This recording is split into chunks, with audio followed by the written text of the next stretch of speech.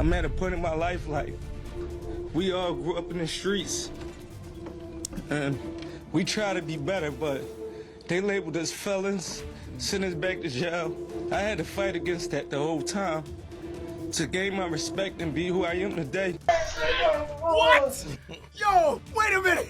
Wait. But That's not all cops, okay? No, it's Meek Mill though. Like I'm going out on Halloween trying to get lit. I'm in the road I'm chilling, about to man. rap like, though. I'm about to rap. Oh, you a cop and you rap? that man, they tried to block me up and take me away from my kids for no I'm reason. about to rap, guys. Don't even trip. I'm about to rap. You don't even want to hear the rap. But no, I apologize for that. But No, tell the captain and them no, they did me dirty and embarrassed me in front of the whole outside club. is not always for everybody though. Oh. Hey, why you trying to cover your hat now and though, man? We all seen it. You don't gotta. We with police sometimes. Oh, but You don't gotta cover your head. no, You good? listen. Spit some Yeah, a lot of people don't like the cops, but we really do be saving people, okay? And it be other people calling on other people. If they get hit up, they gonna call 911 and they gonna jump in that cop car. They like the cops sometimes, man. They be all right. But we do our best to protect and serve. I don't know what they did to you that day. That wasn't me, but Yeah, that was wicked though. They tried to take me away from my whole family, and I've been getting people like doing reform, trying to change laws. I ain't even want to go out that night from dumb shit like that. This is a Halloween where was you party. at? You was at Harbor? Meek Mill just went live, and folks are saying this might be the closest he's ever come to addressing the rumors that have followed him for years. Word is, the moment Epstein's island got brought up, the whole energy shifted. Now people are asking one question: what does Meek know that he's never fully told the public? Now before we go any further, let's set this up right so you see how it all lines up. Back when Diddy was still moving heavy in the industry, Meek was right there in the mix. They were not just industry friends sharing stages.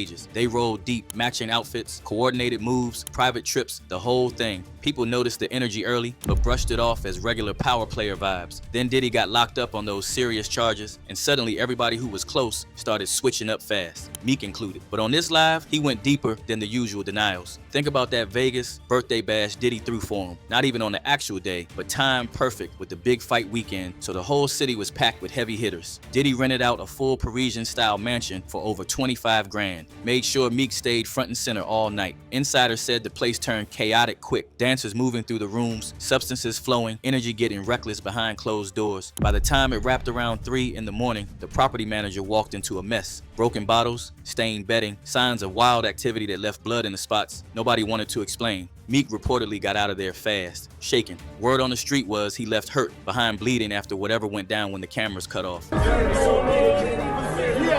Happy birthday, Cosmo. Happy birthday. Now connect that to the bigger picture. When that audio later leaked, the one folks say came from inside one of them environments, Meek shut it down hard at first. Called it fake, blamed AI, talked about bots trying to take him out. He went on rants about being a voice from the trenches that powerful people wanted silenced. But the story kept shifting. First he said he was never around any of it. Then later he admitted, yeah, he was in some of those wild gatherings with Diddy, saw the chaos, the enhancers moving, the late night madness, but claimed he kept his distance from the worst of it. On this live though, Meek sounded like a man tired of adjusting the narrative. His voice broke when he started touching on the islands. What? Yo, wait a minute. Wait. Yo, Sal, what's up? Yeah, y'all already know how we Yo, playing out Sal. this Let's real go. life. Real life. Nigga, no Diddy gang, Meek Mill in real life. Don't ever disrespect me, you Talk heard? that shit. Yeah, Meek. Then there's that clip of Diddy calling Meek daddy on camera, which folks laughed off back then. But now, it all feels strange. Hey, what's up, King Son? Man, you doing it, man. You deserve it, daddy. You putting in that work. Proud of you. I love you. Yeah. Allie Carter, a whistleblower, y'all remember her. She already been speaking on this Epstein Diddy Island for a minute. She described being moved through pipelines as a young individual, not of legal age, ending up in spaces where power protected everything. She talked about Diddy's Island specifically, calling it a spot where people not of age got brought in as party favors. The same island sitting right near Epstein's property. When those Epstein files dropped with all the logs, emails, and redacted images of young individuals around powerful men, folks started connecting serious dots. Diddy was not officially named in every document, but the overlap in those elite circles got too loud to ignore. And Meek was one of the names that kept resurfacing because of how tight he was with Diddy for years. Over the border was for who? Protective Services is your supplier. Is anybody going to talk about that? The immigrants that are coming across the border, that all those they were just scooping up out of boats and out of the water, they're now coming in and they're throwing them right into the system. Aurora, Colorado, Springfield, Ohio. Where do you think all those are going? This ain't about an election anymore. Y'all know that, right? I was a party favor.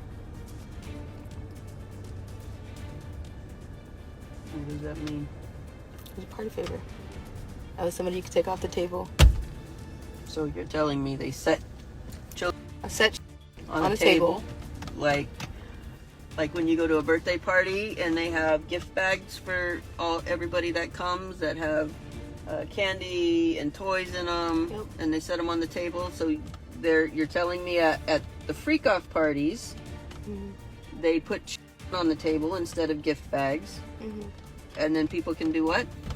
take you off the table and have with you, even though it's against the rules to do certain things. Meek on Live started piecing it together himself. He mentioned being pulled into environments he did not fully understand at the time. Trips, private sessions, gatherings that felt exclusive until the pressure built. He got emotional, talking about realizing too late what kind of power dynamics were really at play. The kind where saying no was not as simple as it sounds when you are young, rising, and surrounded by that level of money and influence. Dude cried on camera. Not fake tears, but that raw unraveling where a man who always talked tough finally let the weight show. He hinted at things that happened on the island that crossed serious lines. We cannot even get into full details on here. Too sensitive, y'all can look it up. But the way he described the recruitment circles, the way certain people got passed around in those spaces, it hit different. Bro, yeah, when you see me, I had nappy braids. Yeah, my stomach was hurting. It really was hurting. I really starved some nights, man. I mean, so if it could take me 13 years, why can't it take you 7? This Meek Mill, and I would say my first time battle rapping. This was some real shit. Nigga made me cry, and I was like a badass boy at the time. We was battling, but it wasn't about the battle. My whole hood was laughing at me, and I never got laughed at about shit. Can't bust on my sneakers. I turned around the pew with my eyes, got that lump in my throat, started crying, walked off. I said, "Oh, y'all be banging my shit." I was like 12, 13 years old. Shout out to Diddy, he f***ed me up in that battle.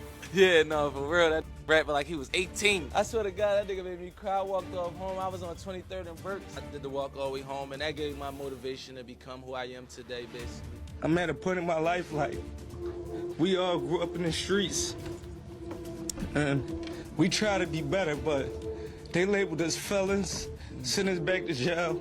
I had to fight against that the whole time to gain my respect and be who I am today. Now y'all remember how Nicki Minaj questioned him back in the day about his closeness to Diddy. She spoke on toxicity, on things not adding up, even hinted at undercover brothers and weird energy during that Soulja Boy love. Meek always shut it down then, but on this live he sounded like someone finally facing what she was picking up on years ago. Okay, so But that's not a diss. Meek likes being brought up in that song. I don't know why you lowering his thing. You think you're doing him a favor. He's very, very happy being mentioned, I'm pretty sure. yeah, Yeah. okay. Jaguar Wright had thrown her own claims out there too, saying insiders including possibly Nicki played roles in leaks. Whether that part is true or not, the audio did surface, and it allegedly caught Meek and Diddy in a compromising position from one of those nights. Meek threatened investigations, offered big money to clear his name, but nothing concrete ever dropped. Just more tweets, more emotion, then silence. You think that audio that they put out was real? Yeah, that was real. Nicki put that out there. That Nicki recorded that at the freak off in the Calabasas. She been waiting to drop that shit on Meek. Oh, man. She just wasn't gonna tell nobody it was Diddy. But now that Diddy out there, why not? So then who's the guy who's claiming he recorded it? Oh, somebody that got paid? Yeah, he said like I was standing somebody outside the door. that got paid. Yeah. That Vegas party keeps coming back because people say that was the night everything shifted for him. The bleeding, the quick exit, the rumors of what the bodyguard supposedly recorded. Meek on Live did not deny being there anymore. He admitted the environments were dark, that Diddy had a way of making certain young artists feel chosen until the control showed. He talked about seeing things that made him want to run, but the fear of losing everything kept mouths closed for a long time. Now with Diddy behind bars and more names potentially coming out as investigators investigators dig into overlapping networks. Meek said the pressure finally broke him. He cried talking about how close he came to getting fully pulled into something he could not escape. The island stories especially. The way young individuals allegedly got recruited into those circles. The transactional relationships. The behind closed doors behavior that went way beyond regular industry parties. He describes being embarrassed by it all, especially that video of Diddy calling Meek daddy. Hey, what's up, King Son? Man, you doing it, man. You deserve it, daddy. You putting in that work. Proud of you. I love you. Yeah. Now think about this. If Meek was really just a bystander who kept his distance like he claimed at first, why did the story keep changing every time more evidence surfaced? Why run from your own birthday party looking hurt if it was all innocent vibes? Why the emotional breakdowns now when the files are dropping and the spotlight is swinging back to everybody who stood close? On the live, he looked like a man tired of pretending. He connected it to the bigger Epstein conversation, the pipelines, islands, the way power moves in silence and leaves damage behind. He did not name every name, but the dots lined up heavy. Diddy's favorite in the circle. The wild gatherings that always had stories attached afterward. Too disturbing to break down fully, but the pattern was there. And that is what makes this live hit so hard. Trust the online community not to stay silent. One user mockingly wrote, Meek Mill was being a bad boy the whole time. Another said, and they act like they were tough and gangsters. Then this one goes, Meek looked tired as hell, breathing all hard. And yet another user said, bro face says he's full of regrets. Let's zoom out for a second. This is not just about one rapper breaking down on live, it's about how these elite circles operate. The same names keep showing up, same islands, patterns of control, substances, and crossed lines. Meek was not the only one, but right now, he is the one cracking under the weight in public. His tears on that live felt like the moment the street finally saw the cost of staying silent for too long. Now the spotlight on you. What do you think really went down on Epstein's island with Meek and Diddy? Was he just caught up in the wrong circle,